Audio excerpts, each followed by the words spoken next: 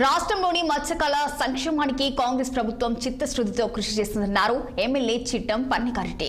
జాలర్లను అన్ని విధాలుగా అభివృద్ధి చేస్తామని ఆమె పేర్కొన్నారు. నారాయణపేటలోని కొండారెడ్డిపల్లి చెరువులో చేప పిల్లల విడుదల కార్యక్రమానికి ఎమ్మెల్యే హాజరయ్యారు. జిల్లా మత్స్య సహకార సంఘం అధ్యక్షులు కాంతుకుమార్తో కలిసి చెరువులోకి చేప పిల్లలను వదిలారు.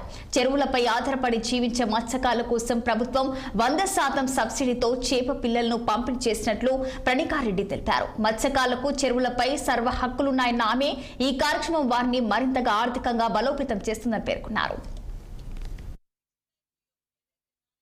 69 జియో ఏదైతే Narayanpet Kodangal lift irrigation Makthal Narayanpet Kodangal lift irrigation లో ద్వారా మనం ఈ రోజు మనకి దాదాపు 2 పెద్ద రిజర్వాయర్లు రాబోతున్నాయి. దానికి మద్దతుగా రైతులందరూ కూడా ముందుకు వచ్చి ఈ రోజు వాళ్ళ భూములను ఇవ్వడం జరిగింది.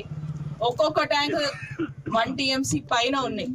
సో 1 TMC పైన ఉన్నప్పుడు దాదాపు మన చెరువులన్నీ కూడా నారాయణపేట నియోజకవర్గంలో నిండే విధంగా మనం ముందుకు వెళ్తున్నాం.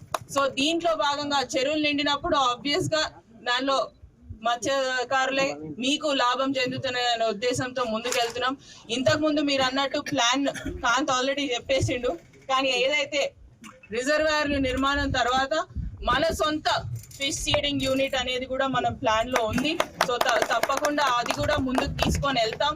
ఏదైతే మన ప్రాజెక్ట్ కంప్లీట్ కాగానే, ఎందుకంటే ఇప్పుడు పెట్టుకొని లాభం లేదు. ఒక ప్రాజెక్ట్ పెద్ద ప్రాజెక్ట్ వచ్చిన తర్వాత దాన్ని ఎలా చేయాలనే ఉద్దేశంతో మనం ఉన్నాం. కాబట్టి ఆ ప్రాజెక్ట్ రాబోయే నెక్స్ట్ ఎలక్షన్ లోపల కంప్లీట్ అయిపోతుంది. సో ఆ నెక్స్ట్ ఎలక్షన్ లోపల కంప్లీట్ కాగానే మీరు మళ్ళీ నన్ను ఆశీర్వదిస్తే మళ్ళీ నేను వచ్చేదానికి మీకు ఫిష్ యూనిట్ కూడా మీకు ఇచ్చేస్తా అని కూడా మీ అందరికీ కూడా ఈ సందర్భంగా తెలియజేస్తూ